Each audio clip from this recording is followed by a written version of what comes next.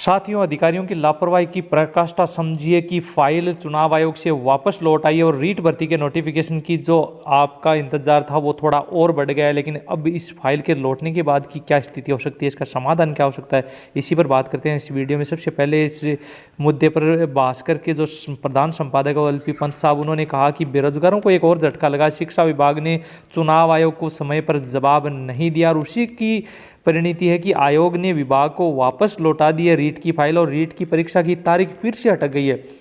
कहने का मतलब ये है कि इस छोटी सी लापरवाही की वजह से अब रीट की जो फरवरी में होने की संभावना है उस पर संशय बन गया है। अगर भास्कर की खबर पर नज़र डालें तो यहाँ पर खुद शिक्षा मंत्री जी का भी स्टेटमेंट उन्होंने छापा है।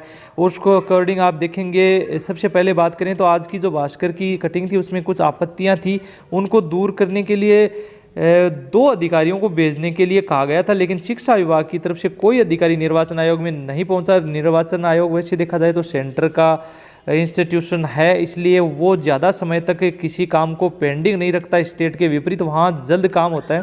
तो निर्वाचन विभाग को फाइल वापस लौटा दी गई है, इसलिए शिक्षा विभाग के अधिकारी अब जो है वो इस बात से इनकार कर रहे हैं। ऐसे की बात यह है कि एक और जहाँ निर्वाचन आयोग ये कह रहा है कि उन्होंने फाइल लौटा दी है और जबकि शिक्षा विभाग के अधिकारी कह रहे हैं कि फाइल उनके पास नहीं पहुँची है, तो फाइल शायद आज कल में पहुँच जाएगी। उसके बाद उसमें जो लगाए गए ऑब्जेक्शन है उसको 1 या 2 दिन में अगर दूर कर दिया जाए तो फिर तुरंत इस पर डिसीजन हो सकता है। लेकिन सरकार की मंशा क्या, इच्छा शक्ति का अभाव एक तरह से नजर आ रहा है अधिकारियों में। अब गवर्नमेंट अगर कोई सख्त निर्देश दे तो ऐसा हो सकता है। गोविंद सिंह डोटासरा ने लिखा है कि हमने रीट के लिए आयोजन की मंजूरी के लिए फाइल निर्वाचन विभाग में भिजवाई थी, रीट की फाइल लौटने की मुझे जानकारी नहीं है।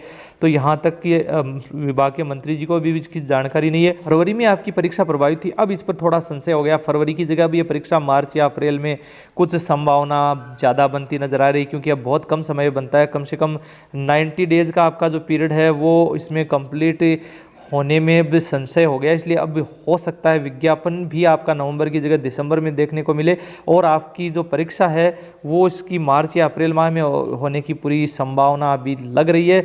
इसलिए थोड़ा डिले होने की मतलब ये नहीं कि आप अपनी लापरवाही ही कर दें, थोड़ा सा आप अपनी तरफ से तैयारी जारी रखें। तो सुनते हैं, देखते हैं 2-3 दिन में अधिकारियों का रिस्पॉन्स मिलने के बाद अगर वापस से चुनाव आयोग में फाइल जाती है तो अब ज़्यादा समय नहीं अटकेगी, तुरंत इस पर कोई ना कोई समाधान जरूर निकल जाएगा। तो फिर मिलते हैं नई अपडेट के साथ, तब तक के लिए धन्यवाद, जय हिंद।